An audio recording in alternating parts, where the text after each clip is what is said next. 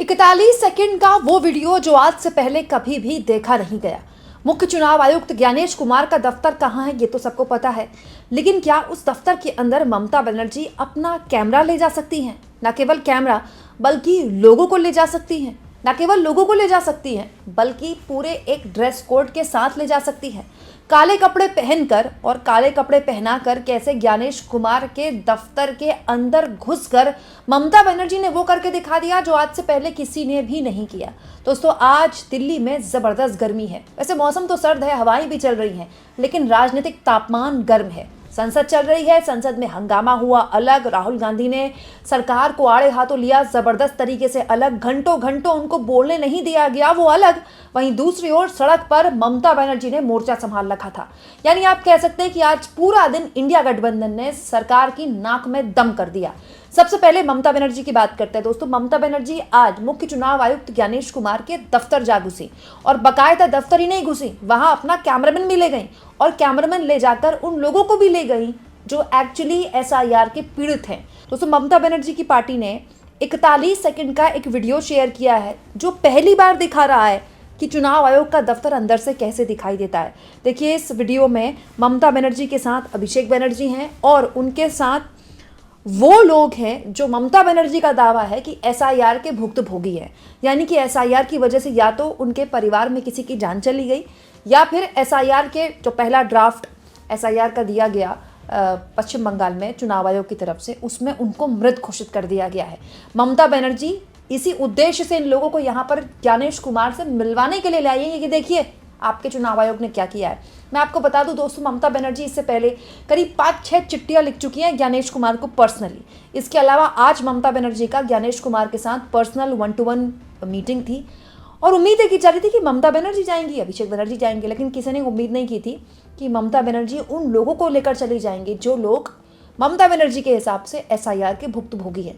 यहाँ दिलचस्प इन सब का ड्रेस कोड भी था। दोस्तों, अभिषेक बनर्जी हों या स्वयं टीएमसी सुप्रीमो ममता बनर्जी हों या फिर जितने भी लोग उनके साथ आए थे, आम लोग, सबकी देखिए सबने ब्लैक यानी कि काला कपड़ा पहना हुआ है, काला शॉल पहना हुआ है, काली स्वेटर पहनी है या ऊपर काला पहना। देखिए, काला कपड़ा एक तरह का विरोध होता है हमारे देश में।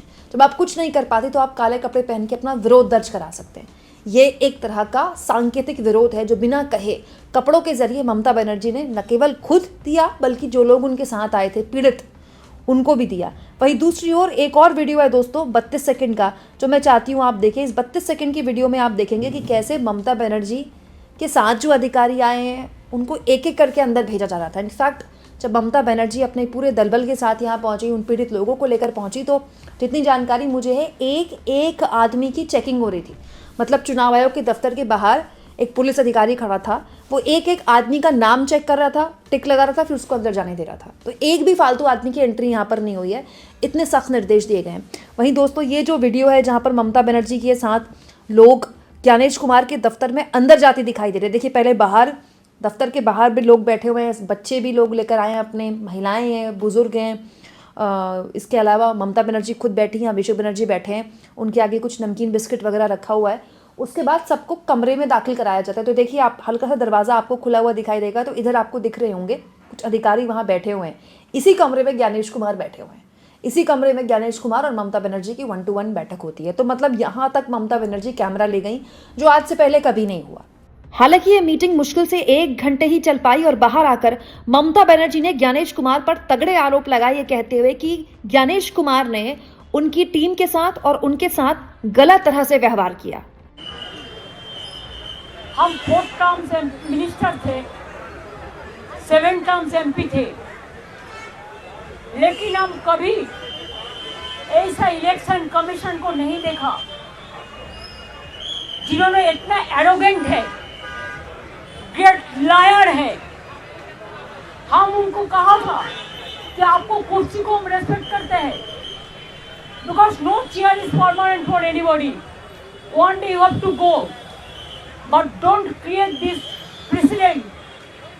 And only why Bengal is being targeted? लोकतंत्र में इलेक्शन होता है, डेमोक्रेसी का फेस्टिवल, और आपने क्या किया?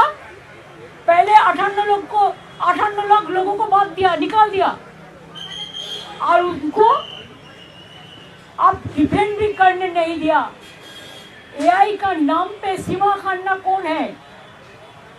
कोई इलेक्शन कमीशन का कोई नहीं है, बीजेपी का आईटी सेल का है।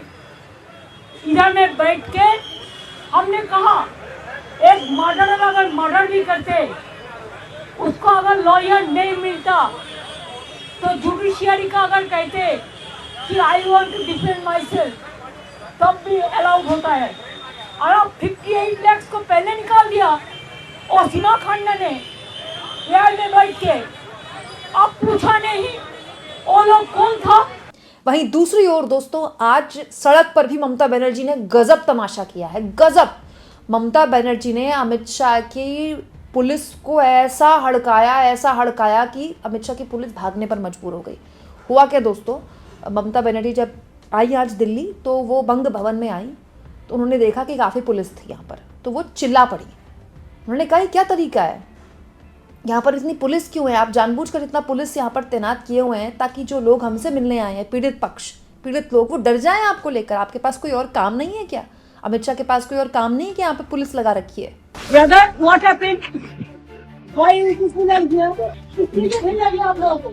क्यों? क्या हुआ आप लोगों ने क्या करना है इधर में? दिल्ली पुलिस से क्यों आप लोग थ्रेट कर रहे हैं? क्या किया है? अब इधर में रुको, अब तो इधर में तो भाग क्यों रहा? इसके बाद बहुत लंबा चौड़ा भाषण उन्होंने मीडिया को भी दिया और बहुत ज़बरदस्त तरीके से बंगाली में केंद्र की मोदी सरकार को भी आड़े हाथों लिया। और चुनाव आयोग को तो खैर वो निशाने पर लेने के लिए आई ही हैं आज। दोस्तों आप कह सकते हैं शाम को 5 बजे के बाद से ये मीटिंग शुरू हो गई ज्ञानेश कुमार और ममता बनर्जी के बीच, और ये एसआईआर को लेकर ही मीटिंग हो रही है। और देखते हैं कि इस मीटिंग से क्या निकल कर आता है, क्योंकि पूर्व में 31 दिसंबर को अभिषेक बनर्जी और ज्ञानेश कुमार के बीच में भी मीटिंग हुई थी। अभिषेक बनर्जी अपने सांसदों, अपनी पार्टी के सांसदों के साथ ज्ञानेश कुमार से मिलने गए थे एसआईआर को लेकर, जो शिकायतें टीएमसी की थी उसको लेकर। लेकिन वहाँ पर बहुत तगड़ी बहस हो गई दोनों की। अभिषेक बनर्जी ने बाहर आकर ये बोला कि ज्ञानेश कुमार ने उनको उंगली दिखाकर उनसे बात की, तो उन्होंने उनसे कह दिया कि उंगली मुझे मत दिखाना, मैं यहाँ जनता द्वारा चुनकर आया हूँ, मुझे किसी ने अपॉइंट नहीं किया है आपकी तरह। तो बहुत अभिषेक बनर्जी के हिसाब से उनकी काफ़ी तीखी बहस हुई थी ज्ञानेश कुमार और उनके बीच में। और अब स्वयं ममता बनर्जी आ गई हैं। इनफैक्ट आज ममता बनर्जी दिल्ली पुलिस से लोहा ले रही थी, दिल्ली पुलिस को हड़का रही थी, तब ममता बनर्जी ने कहा भी कि अभी तो हम धरना प्रदर्शन नहीं कर रहे हैं, तो आपने इतनी पुलिस लगा दी है, धरने पर आ गए तो आप लोग क्या करेंगे? दोस्तों ये टीएमसी की स्ट्रैटेजी है। दोस्तों टीएमसी इस पूरे मामले में चाहती है कि इस मुद्दे बने, इस पे हेडलाइन हो। वो अपने वोटर को ये एक्चुअली स्थापित करना चाहती है कि देखिए हम आपकी लड़ाई लड़ने के लिए दिल्ली तक आ गए। यहाँ मैं आपको ये भी बता दूं कि आज टीएमसी की सांसद हैं सागरिका घोष, उन्होंने राज्यसभा में भी ये मुद्दा उठाने की कोशिश की। Sir, I would like to raise a very serious issue that has happened today. A delegation led by the Bengal Chief Minister Mamata Banerjee of victims of the SIR process who have suffered all kinds of losses. They were manhandled by the Delhi police. Sir, please, they were harassed and manhandled by the Delhi. दोस्तों आप सवाल पूछ सकते हैं कि यही मौका क्यों चुना ममता बनर्जी ने? एक्चुअली बहुत सोच समझ कर चुना। मैं पहले ही आपको बता चुकी हूँ, ममता बनर्जी को बजट पेश करना था, लेकिन उन्होंने फिलहाल के लिए बजट होल्ड पे डाल दिया। हो सकता है 5 तारीख को बजट पेश हो, क्योंकि ममता बनर्जी की स्ट्रैटेजी ये है कि इस वक्त संसद चल रही है, जितने भी विपक्षी पार्टी के नेता हैं वो सब दिल्ली में ही होते हैं। तो एक्चुअली में इस वक्त से बेस्ट टाइम है तमाम विपक्षी पार्टियों को एकजुट करने का और एसआईआर के मुद्दे पर संसद में कुछ बात करने का, संसद में ये मुद्दा उठाने का। हालांकि चुनाव सुधारों को लेकर तो पहले ही बहस हो चुकी है और उसको लेकर एसआईआर पर बहस कर चुका है विपक्ष, लेकिन अब इसकी रणनीति किस तरह से दिल्ली में ममता बनर्जी उठाना चाहती है तो आने वाला वक्त बताएगा, क्योंकि ममता बनर्जी 5 तारीख तक दिल्ली में ही हैं। आज 2 तारीख है, 3-4 मतलब कल और परसों उनका जो प्रवास है वो दिल्ली में ही है। आपको क्या लगता है दोस्तों, आज जिस तरह से ज्ञानेश कुमार के दफ्तर के अंदर तक ममता बनर्जी अपने कैमरामैन ले गई हैं और गेट तक ममता बनर्जी वहाँ पर उनका कैमरा उनको कैप्चर कर रहा था, काले कपड़े पहनाकर सारे पीड़ित पक्षों को ज्ञानेश कुमार के सामने रखा गया, तो ज्ञानेश कुमार क्या अब भी ममता बनर्जी से एफिडेविट मांगेंगे? वो लोग जो खुद ही कहेंगे कि देखिए हम जिंदा हैं, हमें मृत बता दिया एसआईआर में, उनसे ज्ञानेश कुमार क्या कहेंगे? एफिडेविट में साइन करके दीजिए, नहीं तो आपको मरा ही माना जाएगा। कमेंट बॉक्स में ज़रूर लिखें दोस्तों। और जितना हो सके चैनल को शेयर भी करें, सब्सक्राइब भी करें और थैंक्स और ज्वाइन के ऑप्शन से अगर आप चाहें दोस्तों तो कुछ आर्थिक मदद भी चैनल की ज़रूर करें।